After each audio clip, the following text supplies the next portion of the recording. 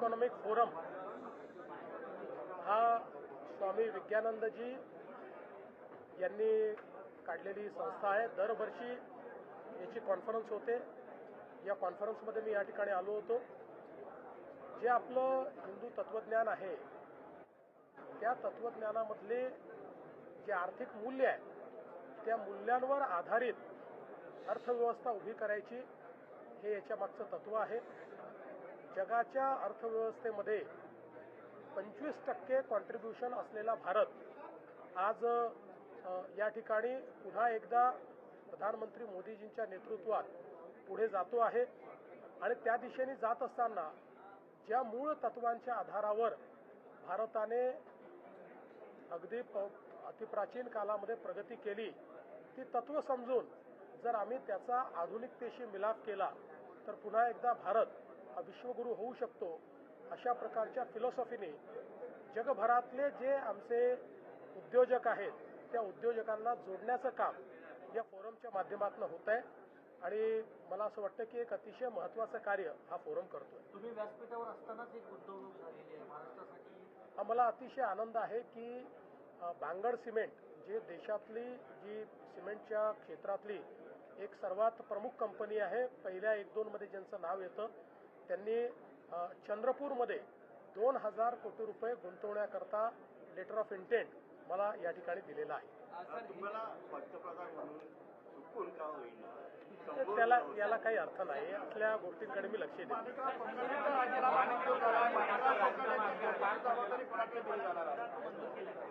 माणिकराव कोकाटेंचा राजीनामा मंजूर करण्यात आलेला आहे आणि त्यांच्या खात्यांची जबाबदारी आता अजितदादांकडे देण्यात आलेली आहे। बिबट्या घरात बसलेल्या आहेत, 3 जणांना जखमी केले। त्या संदर्भात लगेच आपली टीम त्या ठिकाणी कार्यरत झालेली आहे। हे सगळे वाढते प्रकार अत्यंत गंभीर आहेत, म्हणूनच आपण आता रेस्क्यू सेंटर्स तयार करायला मोठ्या प्रमाणात काम सुरू केलेलं आहे। बिबटे देखील आपण पकडतो, पण रेस्क्यू सेंटर तयार करून त्याच्यामध्ये बिबटे सोडणं हे आता महत्त्वाचं आहे। त्याकडे अतिशय वेगानं काम चाललेलं आहे। झालं आता सांगितलं।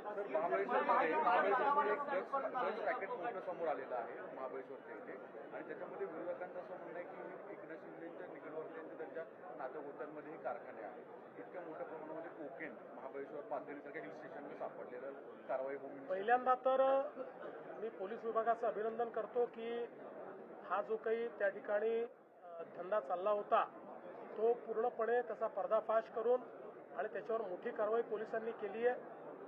या संपूर्ण प्रकरणामध्ये जाणीवपूर्वक राजकीय दृष्ट्या कुठेतरी उपमुख्यमंत्री एकनाथराव शिंदेजींचं नाव आणण्याचा जो प्रयत्न चाललेला आहे तो चुकीचा आहे, तो निषेधार्ह आहे। कुठल्याही पद्धतीनं आत्तापर्यंतचे जे काही एव्हिडन्सेस आहेत त्यात त्यांचा किंवा त्यांच्या परिवाराचा या ठिकाणी कुठलाही संबंध दुरान्वयानेही आलेला नाही। त्याच्यामुळे मला असं वाटतं की कुठेतरी दिशाभूल करून अशा पद्धतीनं बाजाराने संबंध जोडायचा हे काही योग्य नाही आहे। या संदर्भात पूर्ण चौकशी आम्ही करतो।